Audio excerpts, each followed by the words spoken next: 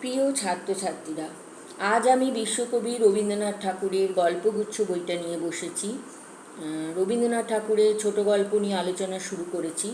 তাহলে প্রথম যে গল্পটা তোমাদের পড়ে শোনাবো সেটা হচ্ছে দেনা পাওনা। 1891 সালে লেখা রবীন্দ্রনাথ ঠাকুরের প্রথম সার্থক ছোট গল্প। আমার ছোট গল্প লেখার সূত্রপাত এখানে, অর্থাৎ এখান থেকেই ছোট গল্পর পথ চলা শুরু। পণপ্রথার ভয়াবহতার চিত্র এই গল্পে ফুটে উঠেছে। নিরুপমা, যার বয়স ছিল অল্প, তাকে নিষ্ঠুর পণপ্রথায় বলি হতে হয়েছিল অকালে। সমাজ ব্যবস্থা জঘন্য নির্মম এই পণপ্রথার বিরুদ্ধে রবীন্দ্রনাথ ঠাকুর তীব্র প্রতিবাদ জানিয়েছেন এই গল্পের মধ্য দিয়ে।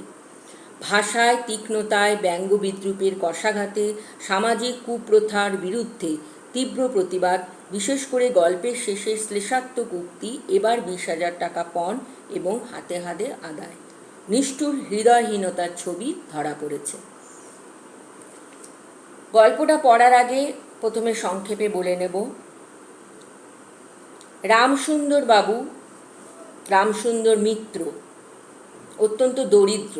5 ছেলের পরে তার এক কন্যা সন্তান জন্মালো। আদর করে তার নাম রাখলেন নিরুপমা। তো নিরুপমা যখন বিয়ের বয়স হলো, তখন রামসুন্দরের কোনো পাত্রই পছন্দ হলো না তার মেয়ের জন্য।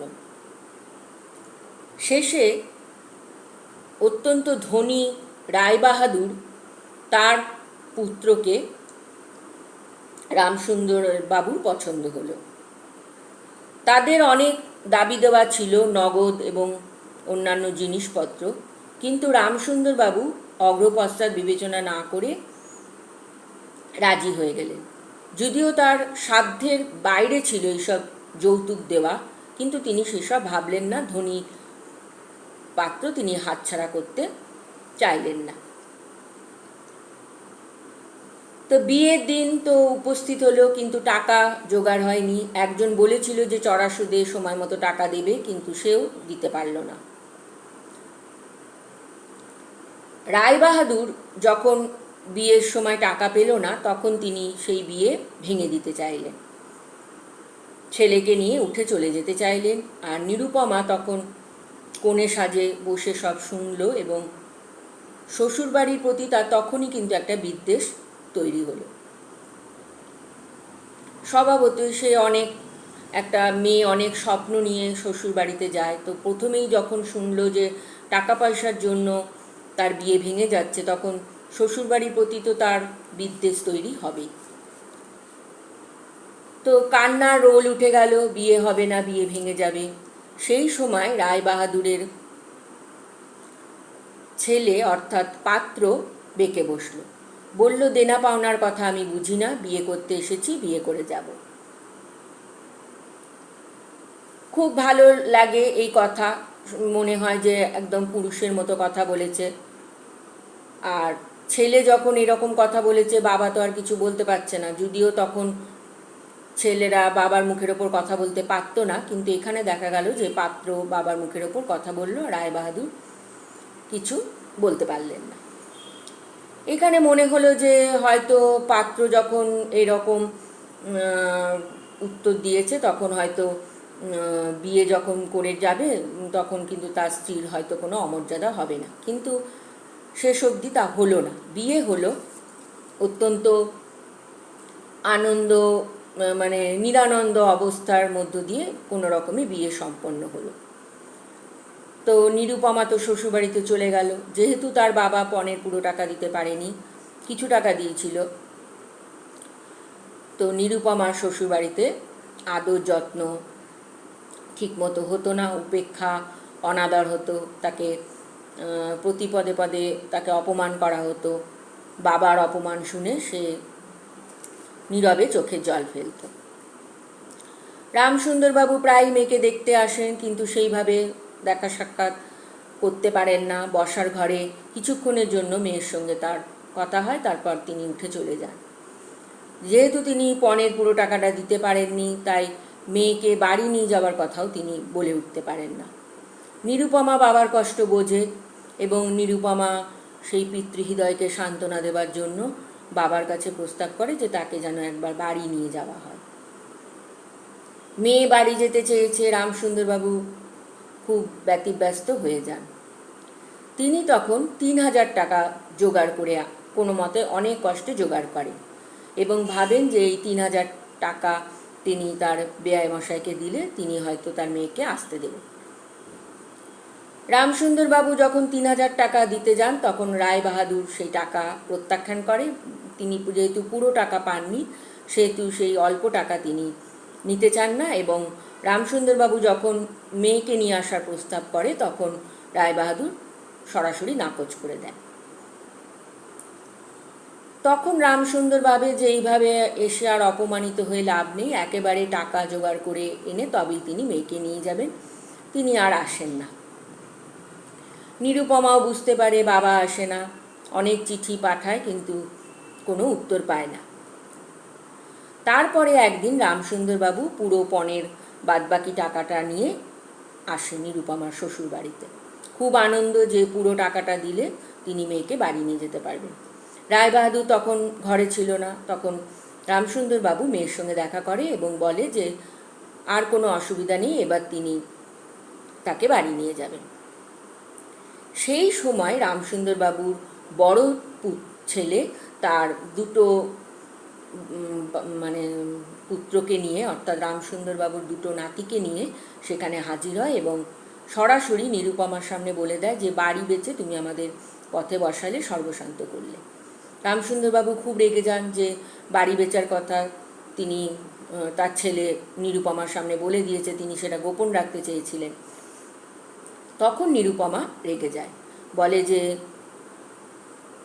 আমার বাপের বাড়ির সবাইকে পথে বসিয়ে সর্বশান্ত করে এই টাকা নিরুপমা তার শ্বশুরকে দিতে বারণ করে এবং বলে যে যদি বাবা আর একটা টাকাও দেয় তাহলে নিরুপমাকে কিন্তু আর দেখতে পাবে না।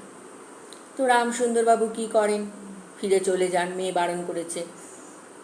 এবং শ্বশুরবাড়িতে যখন জানাজানি হয়ে যায় যে টাকাটা নিরুপমার বাবা দিতে এসেছিল কিন্তু নিরুপমা দিতে দেয়নি, তখন তার উপর অত্যাচার আরও বেড়ে যায় এবং নিরুপমাও নিজের শরীরের উপর খুব অবহেলা করতে থাকে এবং কঠিন অসুখ হয় এবং শাশুড়িও সেটা উপেক্ষা করে এবং যখন যেদিন ডাক্তার বাড়িতে আসে সেদিনই ডাক্তারের আশাও শেষ দেখা হয় আর কি নিরুপমাকে, কারণ নিরুপমা মারা যায়।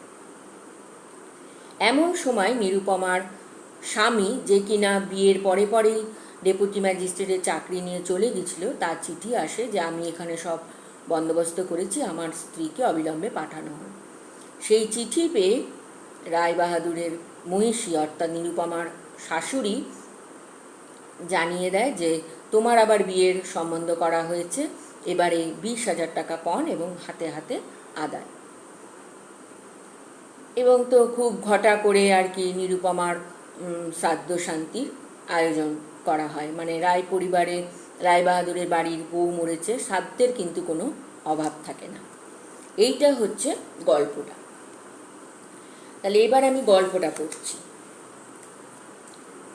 5 ছেলের পর যখন এক কন্যা জন্মিল তখন বাপ মায়ে অনেক আদর করিয়া তাহার নাম রাখিলেন নিরুপমা। এ গোষ্ঠীতে এমন শৌখিন নাম ইতিপূর্বে কখনো শোনা যায় না। প্রায় ঠাকুর দেবতার নামই প্রচলিত ছিল, গণেশ, কার্তিক, পার্বতী তাহার উদাহরণ। তাহলে তখনকার দিনে এত শৌখিন নাম দেওয়া হতো না, ঠাকুর দেবতার নামেই নামকরণ হতো ছেলে মেয়েদের। এখন নিরুপমার বিবাহের প্রস্তাব চলিতেছে। তাহার পিতা রামসুন্দর মিত্র অনেক খোঁজ করেন কিন্তু পাত্র কিছুতেই মনের মতন হয় না। অবশেষে মস্ত এক রায়বাহাদুর ঘরের একমাত্র ছেলেকে সন্ধান করিয়া বাহির করিয়াছেন। উক্ত রায়বাহাদুরের পৈতৃক বিষয় আশায় যদিও অনেক হ্রাস হইয়া আসিয়াছে, কিন্তু বনেদি ঘর বটে। বরপক্ষ হইতে 10,000 টাকা পণ এবং বহুল দান সামগ্রী চাইয়া বসিল। তখনকার দিনে 10,000 টাকা কিন্তু অনেক টাকা।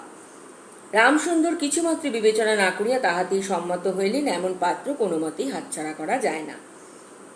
রামসুন্দরের পক্ষে সেই টাকাটা দেওয়া কিন্তু সহজ কাজ ছিল না, কিন্তু তিনি রাজি হয়ে গেলেন। কিছুতেই টাকার জোগাড় আর হয় না। বাধা দিয়া বিক্রয় করিয়া অনেক চেষ্টাতেও 1,000 6-7 বাকি রইল। এদিকে বিবাহের দিন নিকট হইয়া আসিয়াছে।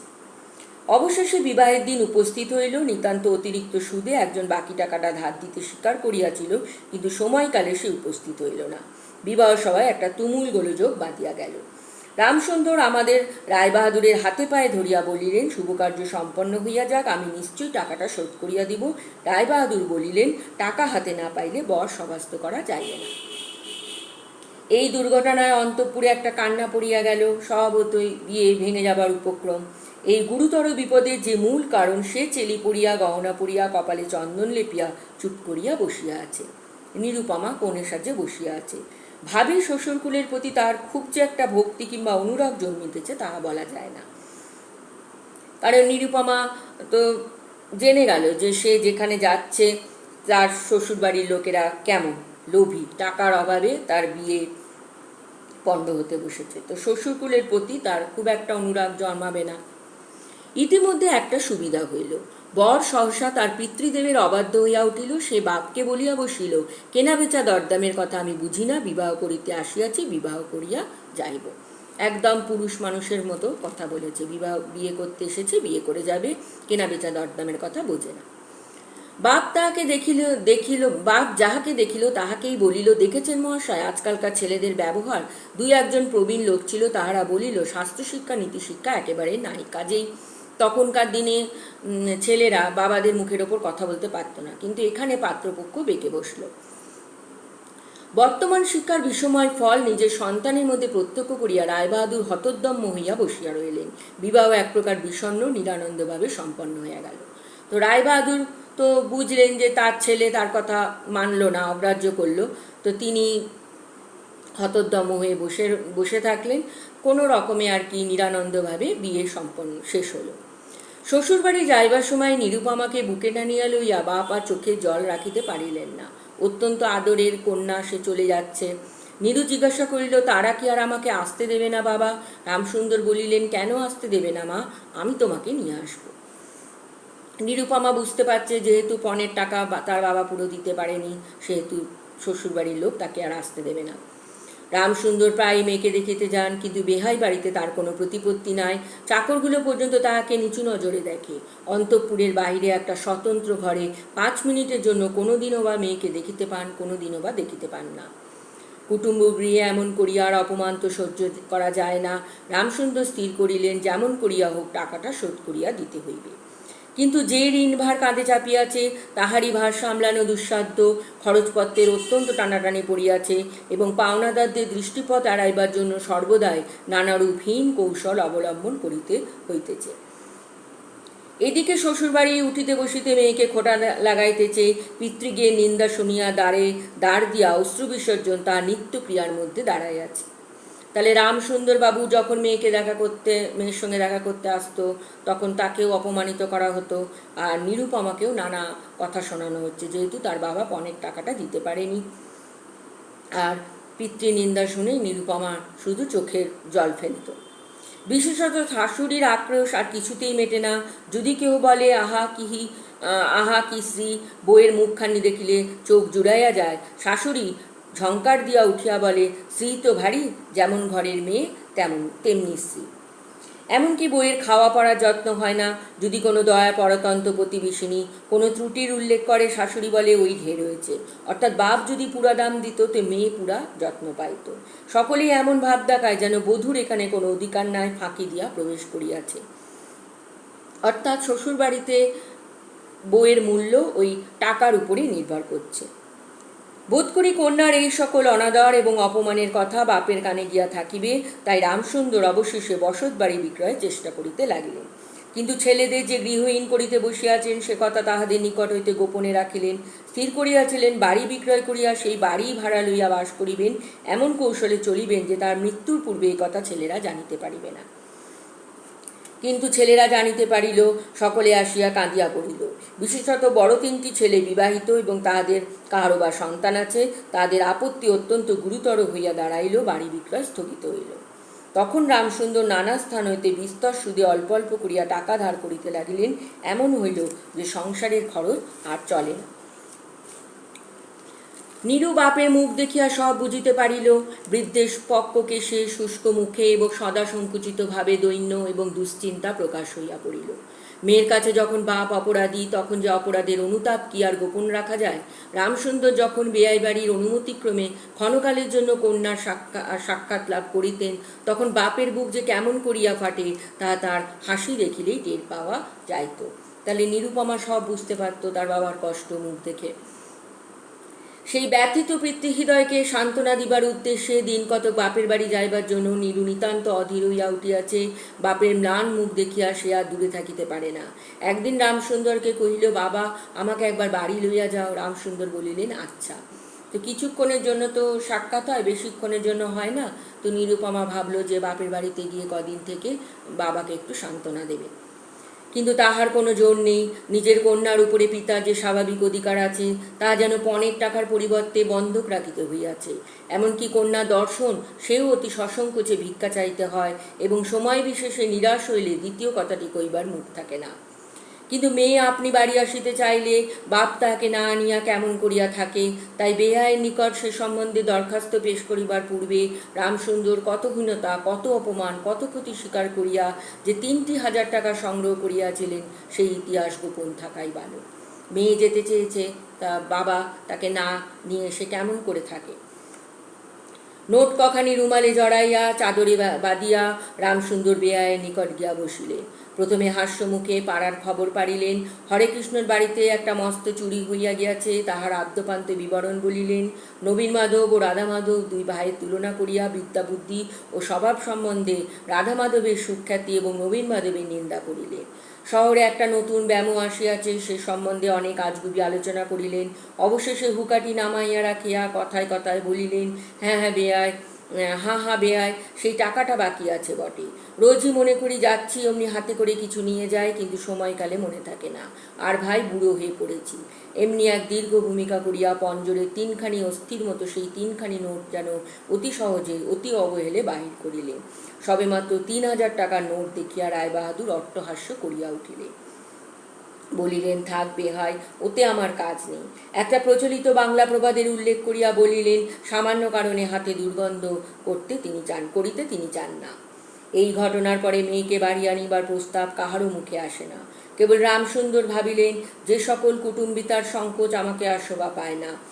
অমর্মাহতভাবে অনেকক্ষণ চুপ করিয়া থাকিয়া অবশেষে মৃদুস্বরে কথাটা পারিলেন। রায়বাহাদুর কোনো কারণ মাত্র উল্লেখ না করিয়া বলিলেন, সে এখন হচ্ছে না, এই বলিয়া কর্মোপলক্ষে স্থানান্তরে চলিয়া গেলেন। রামসুন্দর জানতেন যে যেহেতু টাকাটা তিনি পুরো দিতে পারেননি, মেয়েকে আসতে দেবে না, তাও তিনি প্রসঙ্গ পারলেন, কিন্তু রায়বাহাদুর সরাসরি নাকচ করে দিলেন। রামসুন্দর মেয়ের কাছে মুখ না দেখাইয়া কম্পিত হস্তে কয়েকখানি নোট চাদরের প্রান্তে বাঁধিয়া বাড়ি ফিরিয়া গেলেন। মনে মনে প্রতিজ্ঞা করিলেন, যতদিন না সমস্ত টাকা শোধ করিয়া দিয়া অসংকোচে কন্যার উপরে দাবি করিতে পারিবেন, ততদিন আর বেয়াই বাড়ি যাইবেন না। বহুদিন গেল, নিরুপমা লোকের উপর লোক পাঠায়, কিন্তু বাপের দেখা পায় না। অবশেষে অভিমান করিয়া লোক পাঠানো বন্ধ করিল। তখন রামসুন্দরের মনে বড় আঘাত লাগিল, কিন্তু তবু গেলেন না। এই ভিডিও আমি এখানেই শেষ করব, আর গল্পের শেষাংশ আমি পরবর্তী ভিডিওতে পড়ে শোনাবো। তাহলে গল্পটা তোমাদের কেমন লাগছে অবশ্যই আমাকে জানিও, আর পুরো গল্পটা শুনতে আমার পরের ভিডিওটা অবশ্যই দেখো।